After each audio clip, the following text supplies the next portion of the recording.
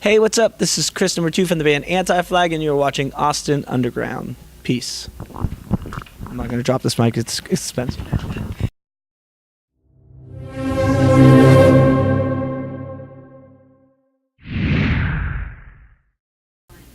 Hey you guys, you're watching Austin Underground, and I'm here with Chris from Anti-Flag. How are you doing? Very well, very well. We had a day off yesterday, so feeling rested and excited.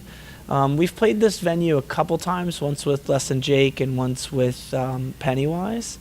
And we had really good shows here, so I think it'll be a good night. Awesome. Okay, so first things that I want to ask is your album came out in November, Yes. American Fall, and I feel like the title is pretty self-explanatory to the themes in the album, but what would you describe as the implications that you guys were trying to make about just morality and humanity, and how did you want people that are listening to react?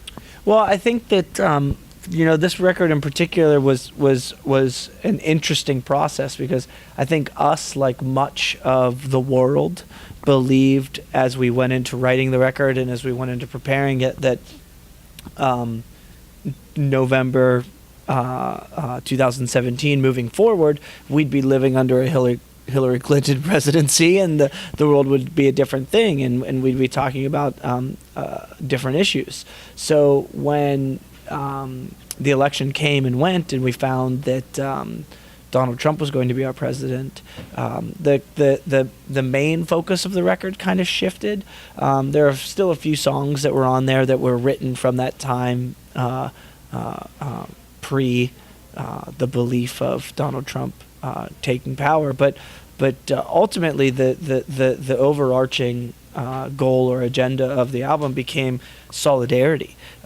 We saw people in the Muslim community, we saw people in the gay and the lesbian and transgender communities, women as a whole, become afraid and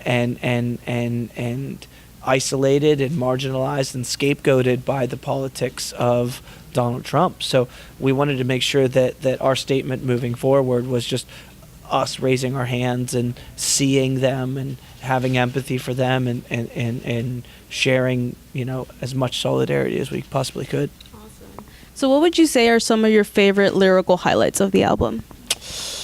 Yeah, that's tough. I mean, because you want to think that every time you write a lyric or a song that it's the best version of you at that moment. Time and history will prove that we were either right on some things and way wrong on other things. But the lyrics to a song called "The Criminals" are some of the best lyrics that I think Justin wrote. The lyrics to "I Came, I Saw, I Believed," those I think are some of the better lyrics that I wrote on the record. But typically, we're just trying to create messages that last longer than we do. I would say that there was a naivete to the band early on where we thought that if we wrote a song on Tuesday, that Wednesday the world would be different. And we learned that that's not how you change the world.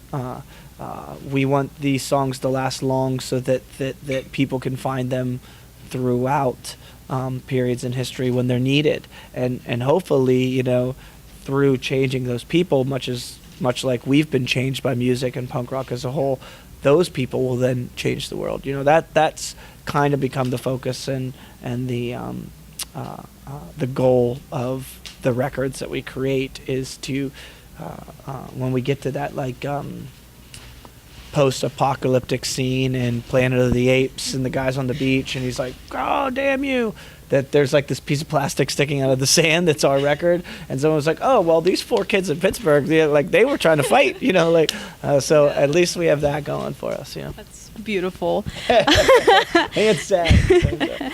Well, you guys obviously have dealt with a lot as a band, and you guys have been around for a while. What would you say are some things on your bucket list as a band to still do? Yeah, well, with every record we try to go somewhere new. So that'll happen either this summer or this fall, where we will push ourselves either further east trying to get into China proper. That would be cool. We've played it in Hong Kong, but I would like to play in several cities in China. I think that the goals become a little more achievable the older we get, because we recognize that helps us keep going. I think that we always have like lofty goals, like paint the White House black. That's always going to be on there until we get that shit done. But ultimately, it's no longer like, there's the bar isn't set to play X amount of shows in a year, or to perform to so many people, or to sell so many records.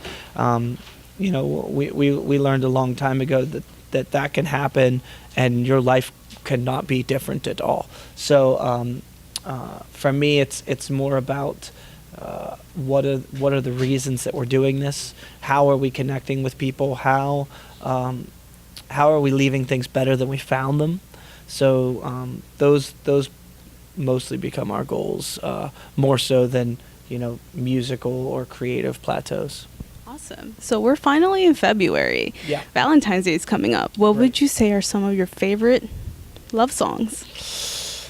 Well, I also am a firm believer that every song is a love song and every song is a political song. And I think that it's a common misconception that there are songs without politics in them and songs without love in them.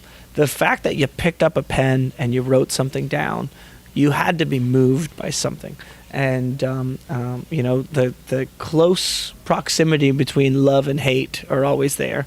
The close proximity between all emotions, whether it's anger or whatnot.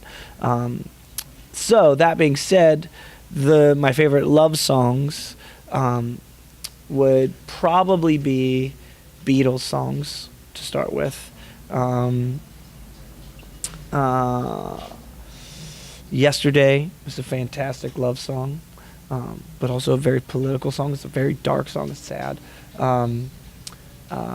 From Me to You, another Beatles love song, which is fantastic. Blue Suede Shoes, which is a love song about the man's shoes, but also one of the most political songs of all time. Don't step on my goddamn blue suede shoes. It doesn't get any more political than that. But yeah, those are probably my top three. Awesome. Well, thank you so much for hanging out with us today. And thank you guys for watching Austin Underground.